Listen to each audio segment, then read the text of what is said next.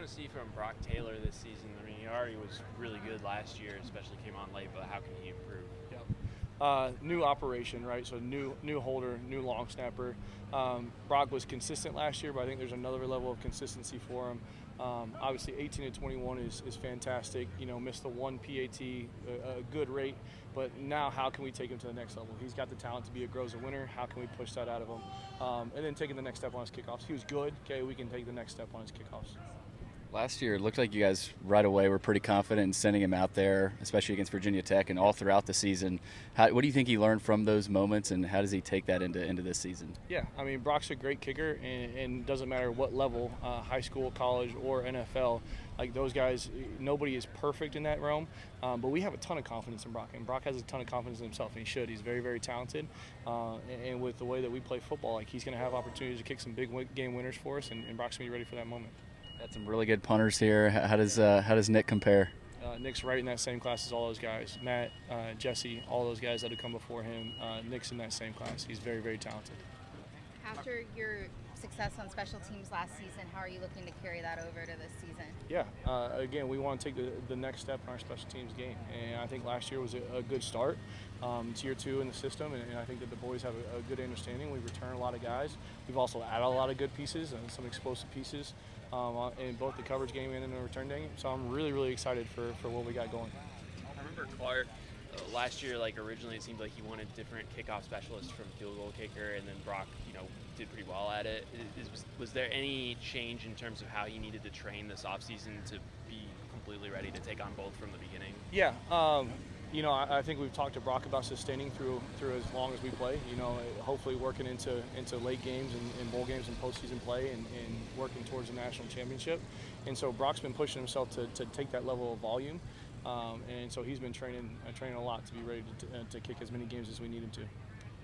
Talk about the relationship between Durham and Nick. Yeah, so Durham and Nick obviously coming from Washington State together. Roommates whenever they moved in here, they stay together. They're going to be around the building a lot together.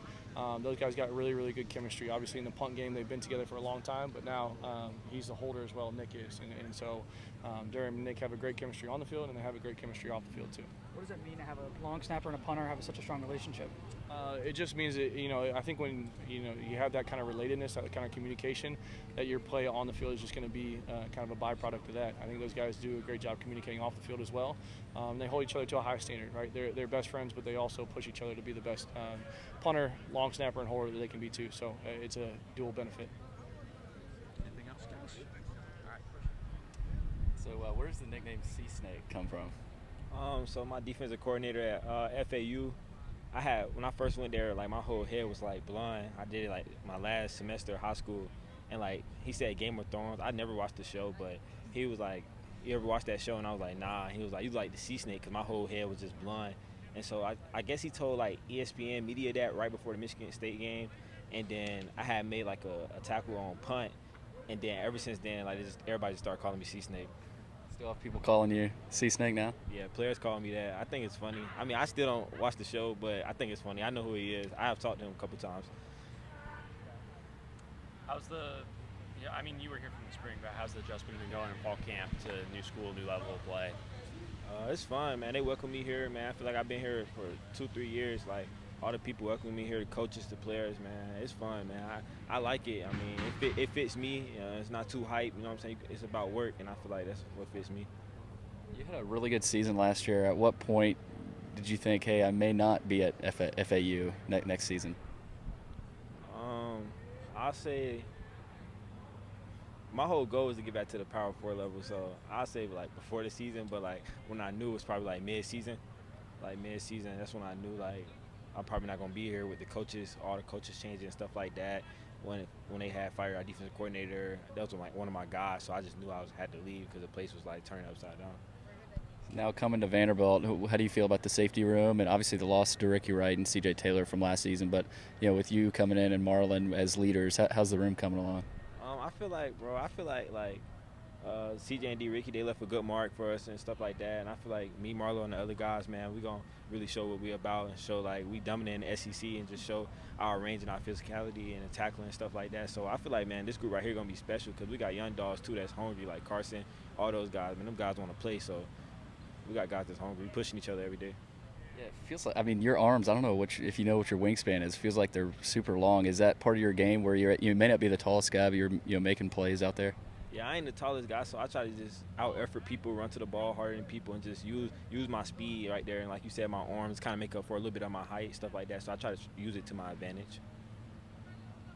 You couldn't really have ended last season much better than you did. Like, what's the next step for you? Yeah. I was really pleased with how last season ended. You know, we kind of caught our stride, especially me, just being young, kind of learning every week.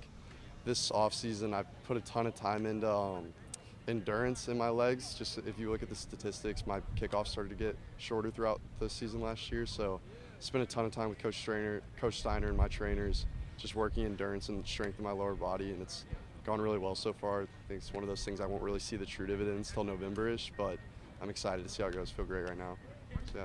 What do you think your range is right now, like your max range? Dead wind, I'd say comfortably probably back to around 62, 63. A little bit of wind at the back. I mean, that's where like it gets fun. You get a little bit of wiggle room. But I think this year the go lines definitely increased a little bit, which is exciting. Just building trust with the coaches over the last couple of years, I think helps a lot. So yeah, I think it's backed up a little bit. What was the goal line last year? It started off, I mean, I kind of had to do some convincing on my part because Coach Lees definitely wants to see stuff. And towards the end of last camp, they started to let me hit a couple deeper ones. So I think last year, most games, if it was, again, we'll just say dead wind, it was pretty commonly around 39, 40 for comfortable. And like there's always a little bit of wiggle room there. So end of half situations, obviously, we scoot back. I think right now the line's like 42 or 43 for end of half situations. So around 63, 62 yards. Virginia Tech game, Missouri game, some other games in there come to mind, whether the kicks were good or bad. Like, you had a lot of good experience. What did you take from last year? Yeah, I mean, huge learning experiences for me. You know, my biggest thing last year was I was just so excited to play again. You know, I'd spent a ton of time off the field just because I didn't get any reps my freshman year. So those games, I mean, you can't really ask for much more from a learning perspective. Big-time situations in SEC games, not Virginia Tech, but obviously Mizzou. And just kind of getting thrown into the fire is something that I love. And, you know, taking those misses on the chin, I tell everybody it hurts me more just knowing that I try and play my position well for the team, not for myself. So, you know, not coming out with a win against Missouri definitely hurt a lot more than Virginia Tech. But, I mean, it's kind of the same thing. They have their trust in me. I trust myself, and just make sure that every single game I'm healthy and ready to execute whenever I need to. What's the longest field goal that you've made in practice? It's funny. I don't go back. In high school, I was probably, I'd say, a little bit less mature, so a lot of times I'd take advantage of that win. But in high school, I went back to around 70 and would just kind of let it fly. I think if you gave me some wind, I could definitely go back further than that nowadays, but obviously got to be mature in where I'm placing my reps based off leg endurance and stuff, so my coaches sometimes get a little frustrated. This fall, I've gone back to 65 once in warm-ups before scrimmage, and it was a good hit, so I think I got a little bit of room there too, but try to not be an idiot. How much easier does it make it to transition to a new school when your long snapper is coming with you? I mean, that's pretty easy. It's great to honestly have him. We moved together from WSU, so I think it was on my birthday actually, December 29th. We packed all our stuff up and we made the road trip down. We actually did it in one drive, so I think it was like 36 hours of travel altogether. But it was a long trip, and we got to know each other a little bit better during a road trip, as you do. But yeah, played a year with him at WSU. Know his misses, know what his good ball is going to be, and just that camaraderie that we have. It's really special, and it makes things a lot easier adjusting to a new place when you have a good friend of yours that's with you, and you know what he's going to give you. So, yeah. Did you do the road trip in a straight shot, or did you break it into a couple days? It was a straight shot. So I think I had the night shift, and Durham had the day shifts, and they were big drives. And it was in the middle of winter, so we went through some icy patches through Utah when we were coming down the hills there, and that was a bit sketchy, but we had a good time, and we made it safely, so that's all that matters. Vanderbilt's had some really good punters prior to you. How does it feel to be a kind of a part of I don't know if it's legacy or what, but to continue the success at the punter position for Vandy? Yeah, I would say the prior people I have great relationships with, and they've kind of paved the way here. and really respect what they've done and respect them as people. Learning from them is great, because you're in an area here where I feel like specialists from around the country come just to kick balls. So it's a great place to learn from these people that have had great experiences here at this university, and really grateful just to be able to put my talents forward and continue a legacy going forward here. Just to continue that legacy of Australians dominating at this university. So yeah. Yeah, how much, if at all, in the process is, you're transferring and pro kick, those guys say, hey, we've had a couple really big success stories at this school with this coaching staff. Did that play a role in terms of pro kick's relationship here? Yeah, I would say so. Obviously, Johnny and Chappie back home, they have great relationship with LePak, and they obviously love Maddie and Jesse, and so that relationship and the trust that they've built of producing good people here obviously plays a role, and them having success here makes you think, oh, I want to have success here too, and it's very appealing. And I mean, Coach LePak is a great person. Who wouldn't want to play for him? So very blessed to be in the position that I'm in, and excited to get to play for the man. So yeah. What excites you most about punting in the SEC and some of the different stadiums you get to go to?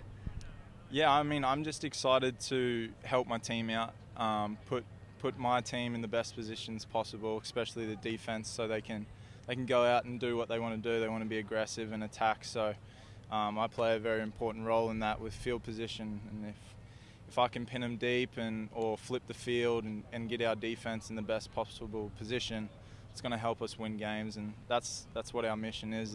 It's winning games. So yeah, I want to be a crucial part of that. I want to help this team win, and I'm going to do all I can in my position, whether that's punting and holding, to help the team win. So yeah.